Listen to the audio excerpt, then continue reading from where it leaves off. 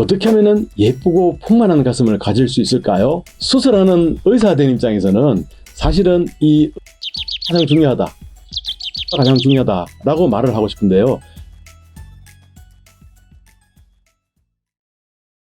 안녕하세요. 청담 주넥스 의원의 주지닥터 성기수 원장입니다. 반갑습니다.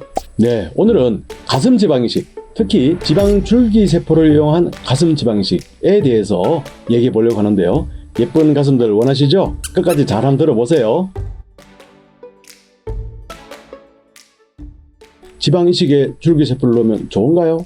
네, 당연히 도움이 됩니다. 지방을 조금만 더 뽑아서 세포들을 따로 추출을 해요.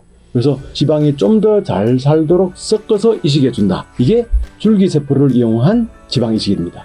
꽤 오래전에 일본의 어느 의학자께서 연구를 했어요. 지방 조직을 우리가 이식을 할 때 지방을 두부처럼 이렇게 딱 오려서 이식하는 것이 아니고 오렌지 알처럼 이렇게 송이를 뜯어서 이식을 하게 돼요. 그러다 보니까 조직 자체가 이사를 가는 게 아니죠. 그래서 어떤 일본의 박사님이 연구를 해보니까 원래 조직을 덩어리로 옮길 때보다 알갱이로 뽑아서 옮기니까 줄기세포가 좀 적더래요. 그래서 혹시 이것 때문에 지방이 잘 못 사나?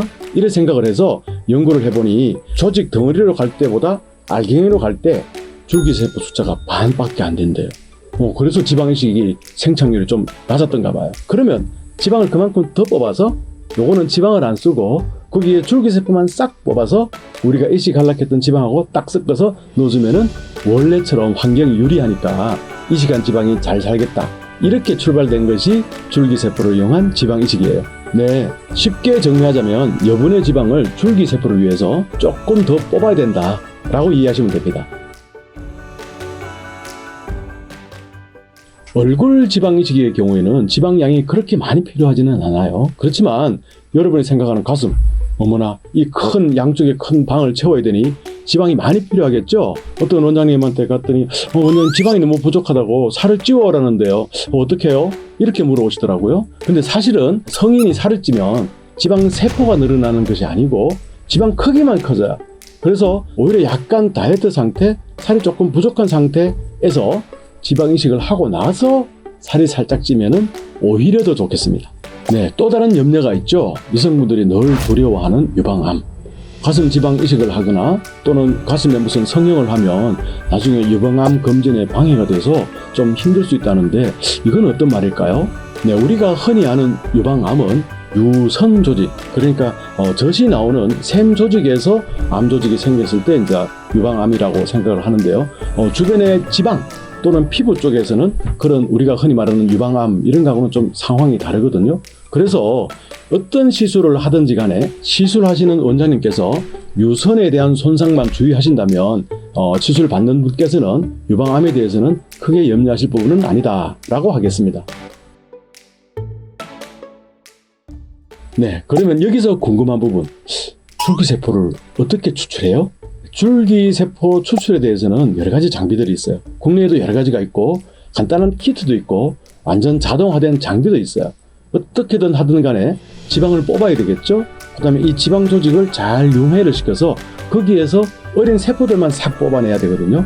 이 과정은 마치 우리가 커피를 즐길 때 커피콩을 잘 볶아서 싹 가른 다음에 쫙 뽑는데 사실은 커피 향만 싹 뽑고 커피 가루는 버려요. 그죠? 줄기세포 과정도 비슷해요. 지방을 뽑아서 효소 처리를 하게 돼요. 이 효소 처리를 하면은 어린 줄기세포들만 사르르 떨어져 나오거든요. 그러면은 원심 분리를 이용해서 어린 세포들만 싹 뽑고 위에 있던 지방은 버려요. 여기에 액기스로 남은 요 줄기세포, 커피의 향처럼 얘들만 이식할 지방 조직과 섞어서 이식을 하는 거죠.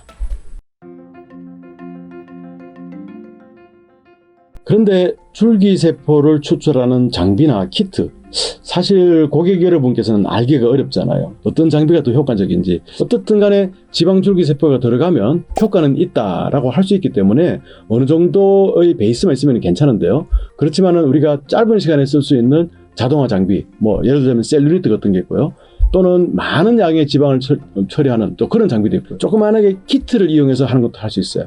어쨌든 대개 한 1시간 정도가 이 줄기세포 추출에 이용되는데요.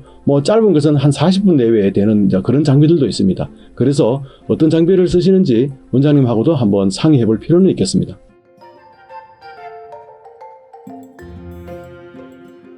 자, 그러면 고객분께서 가장 궁금한 부분. 어떻게 하면은 예쁘고 풍만한 가슴을 가질 수 있을까요?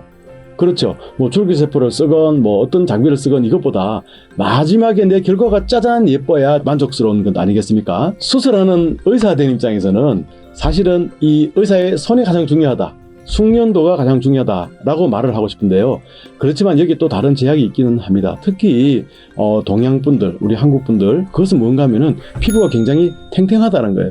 탄력이 있다라고 할 수도 있지만 섬질이 많다 또는 좀 질기다 이렇게 표현할 수 있거든요. 그 말은 어떤 확장성, 가슴이 좀 보들보들하고 잘 늘어나주면 보들보들한 지방이 들어갔을 때 잘 자리를 잡고 쉽게 이렇게 확장이 되는데, 가슴이 굉장히 딱딱하고 피부가 질기면 들어갔을 때 잘 안 늘어나겠죠? 그렇다면 생착도 떨어지고 결과도 조금 아쉬울 수가 있어요. 그래서 우리가 옛날에 어머니들 그 젖몸살 할 때 젖을 짜는 그 유축 착즙기 이런 거 비슷한 이렇게 짜내는 게 있어요.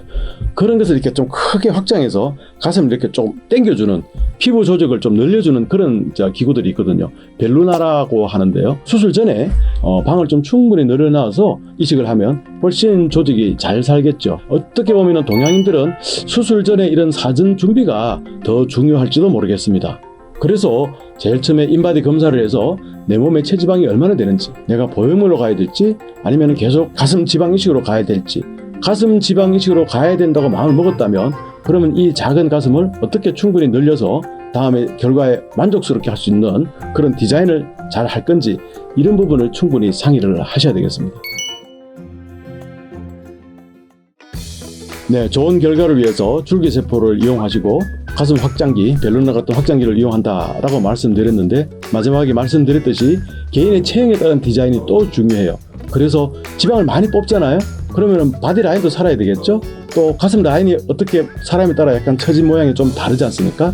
내 체형에 어떤 가슴이 더 이쁠지 댓글 달아주시면 제가 후속편을 또 만들어 보겠습니다. 내년 봄을 위해, 어쩌면은 해외여행이 자유화될 가능성이 있는 내년 여름을 위해 지금 좀 몸을 어떻게 가꿀까 고민을 하고 계시죠? 예, 오늘은 자가지방 가슴 이식, 특히 줄기세포를 이용한 시술에 대해서 살펴봤습니다. 지금까지 청담 주넥스 의원의 주지닥터 성기수 원장이었습니다. 구독자 여러분들을 바라보고 사는 해바라기입니다. 구독과 좋아요, 알람 설정, 알림 설정 잊지 마세요.